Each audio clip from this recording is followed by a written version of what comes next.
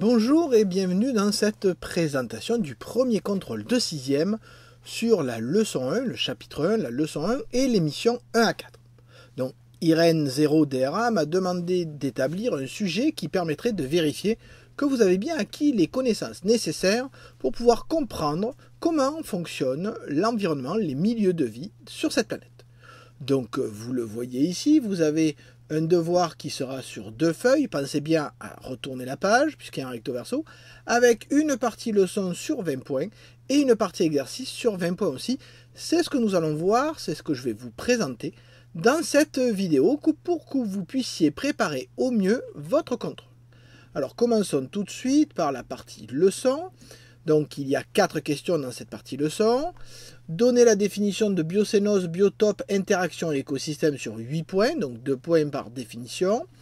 Citer les 3 composantes qu'on trouve dans tous les milieux de vie, 6 points, donc 2 points par composante évidemment.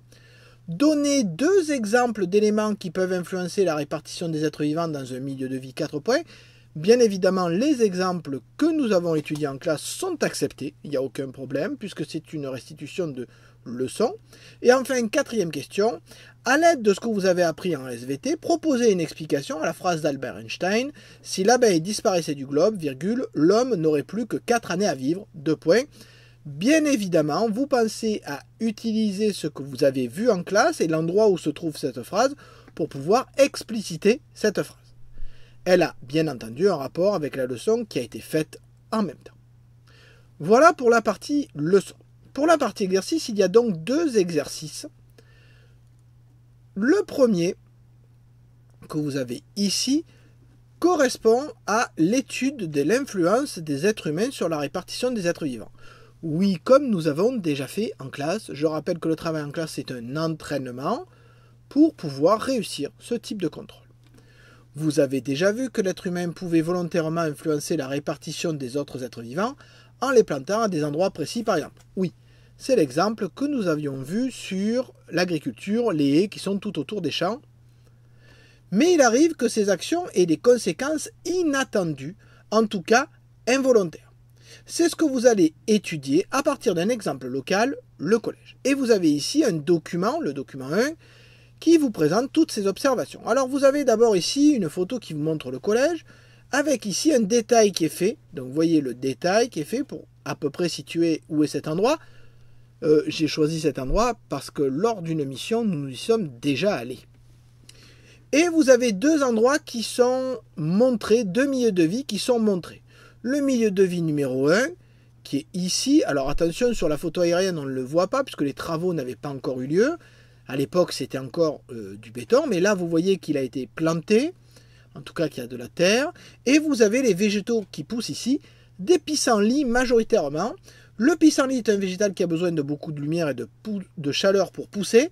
Il a besoin d'un sol relativement sec pour bien se développer. Et le milieu numéro 2 ici, qui est à l'ombre du bâtiment, toujours, puisque ce bâtiment est construit là. Donc on voit ici ce milieu 2, d'ailleurs il est sous le figuier, c'est aussi pour ça qu'il est à l'ombre. Et de la mousse pousse sur ce milieu de vie numéro 2. La mousse est un végétal qui apprécie les endroits frais et humides, avec peu de lumière directe.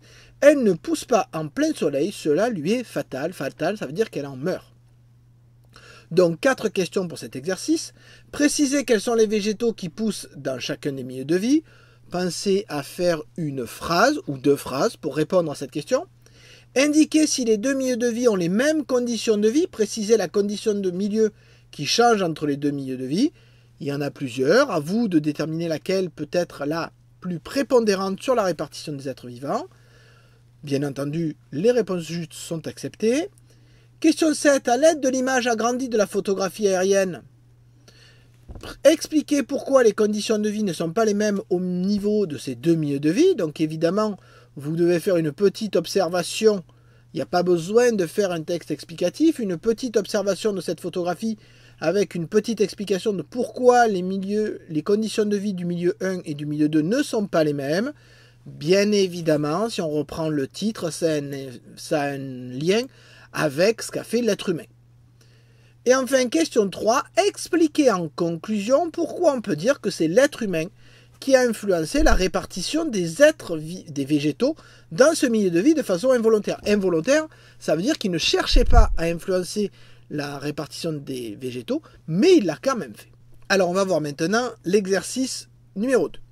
Cet exercice est un exercice sur une expérience qui a été faite sur la répartition des cloportes. Vous le voyez ici, une boîte en 3 parties, on pose les cloportes au milieu, et à la fin de l'expérience, on voit où ils se sont déposés. Oui, ça doit vous rappeler un exercice que vous pouviez faire pour vous entraîner. Rappelez-vous, je vous l'ai dit, vous entraîner pour mieux réussir l'évaluation que vous aurez, l'évaluation finale, l'évaluation sommative, pour voir si vous avez bien compris les notions étudiées en classe. Alors, voyons voir un peu ensemble cet exercice.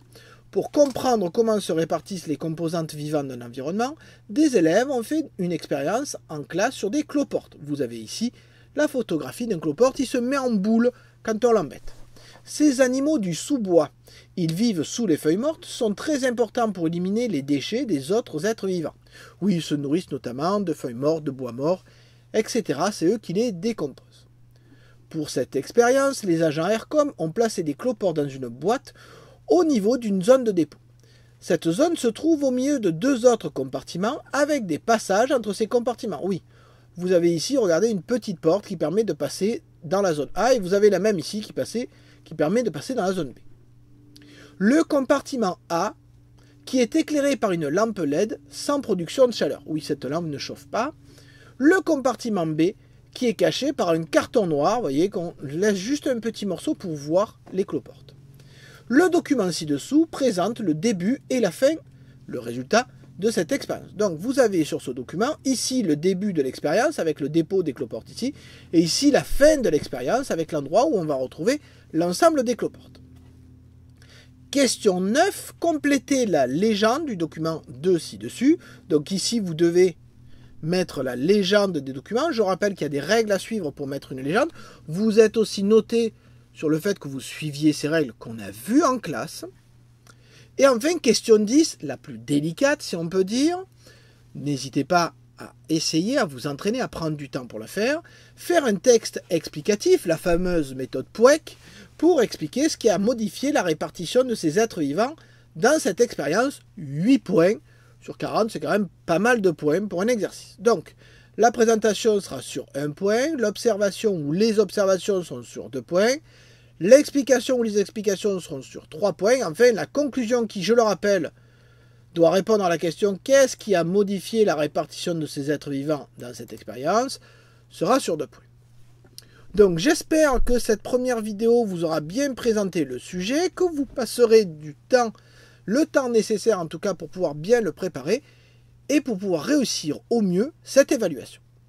En attendant, je vous dis bon travail et à bientôt. Et si vous avez des questions, n'hésitez pas à les poser avant l'évaluation. Oui, parce que pendant l'évaluation, je ne réponds pas aux questions. Oui, c'est votre travail qui est évalué, pas le mien. Allez, au revoir et bonne mission.